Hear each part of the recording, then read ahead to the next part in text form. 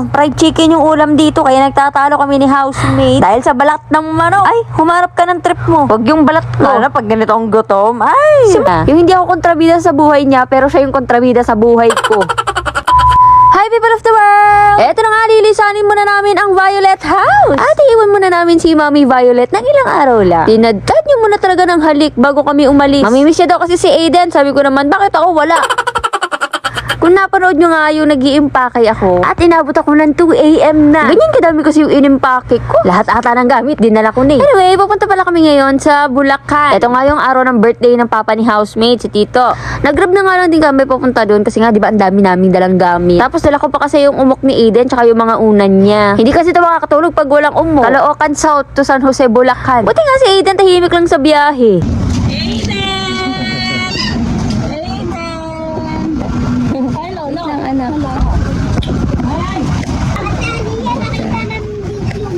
Okay, tama. Nakapagay mo talaga?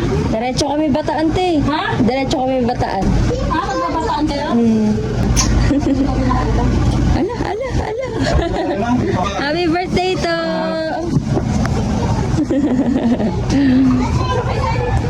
Grabe, ang sagana ng tindahan ni tita. Ang sarap tignan. Punong-puno. And finally, nandito na kami sa bahay nila housemate. 6 AM na kami nakaalis sa bahay. Buti na lang hindi traffic. At saglit lang yung biyahe namin. Eto namang yung mayakap kay Aiden. Pamangkin niya ni housemate, si Badong. Namiss daw niya pinsan niya, kaya ayan, pinanggigigilan si Aiden. So, ito naman bubuhat kay Aiden, si Tito. Siya yung may birthday. Hawakan daw muna niya yung bata para makakain kami. Kasi nga naman, di pa kami kumain. Pagkagising, naligo na kami agad. Tapos umalis. Ako, fried chicken yung ulam dito. Kaya nagtatalo kami ni housemate. Dahil sa balat ng manok. Ay, humarap ka ng trip mo. Huwag yung balat ko. Lalo pag ganito ang gutom. Ay! Simula nga magjowa pa lang kami. Isang plato na lang yung ginagamit namin. Ewan ko ba, nasani na lang kami. Lalo na pag minsan tulog pa si Aiden. Tsaka yung trip namin, isa lang kami ng tuwalya, isa lang kami ng kumot. Pero magkaiba naman kami ng toothbrush at sabon. Ewan ko ba? Gusto ko magkadikit kami at magkasama lang. Si Ma'am Shidana!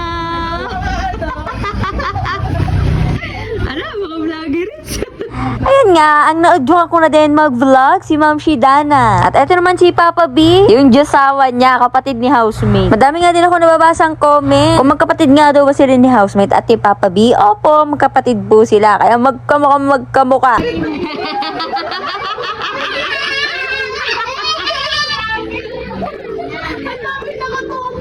Yung dumating ate din ni housemate, si Ate Dayan. At yung name ng FB page niya is Life with 2 Kids. Naudyukan ko na din yan mag-vlog. Kaya sana po kung paano nyo ako isupport, isupport nyo din sila. Bago ako kumain, kinantahan muna namin si Tito para makapag-blow na din ng cake.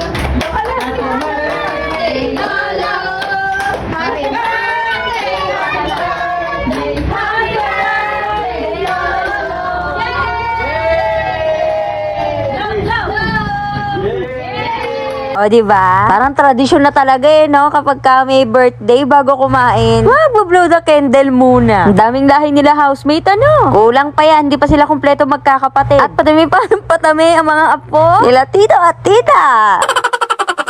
Naku, hindi pa din kumpleto yan. Kaya naman pag nandito kami, ang saya-saya sa puso. The more, the merrier. O kayo na mag-judge kung sino kamukha ni housemate sa kanila. Uy, ako mami mo!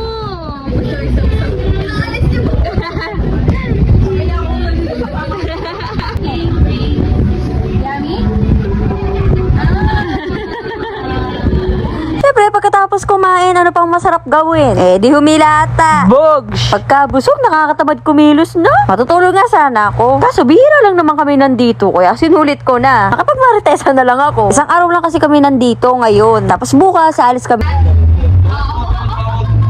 ka natawa. Nagiinom nga ako, ayoko nga ng istorbo. Tinatawag, ayoko nang inuutusan. Gusto ko magiinom lang ako. Kaya sinabi nung kumpare ko, pinapala siya ba yun? Iniwala siya na asawa niya. Ayun yung mayaman o. Ikaw! Ba't ako? Mahirap lang ako. Hindi mayaman. Lagi na! Ako, brother. Ay, people of the world. Gano'n ka man ah.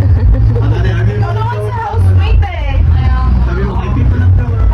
Pupunta si ano, si Aiden sa Dahil wala nga kapagurahan yung bunganga ni Life with 2 Kids. Sige, magpabili ng pizza.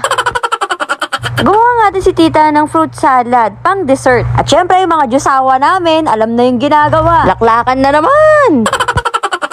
Pero okay lang, minsan lang naman sila magsama-sama. Hindi ko naman pinipigilan si housemate sa mga bagay na gusto niya. Yung hindi ako kontrabida sa buhay niya, pero siya yung kontrabida sa buhay ko. Tapos, nagpasama nga ako saglit kay housemate, pumunta ng palengke. Malapit lang din naman to sa kanila, kaya hindi na kami nag-helmet. Eh, tita! Yan na! Okay! Oh, bless! Kita na, bless! Safe lang.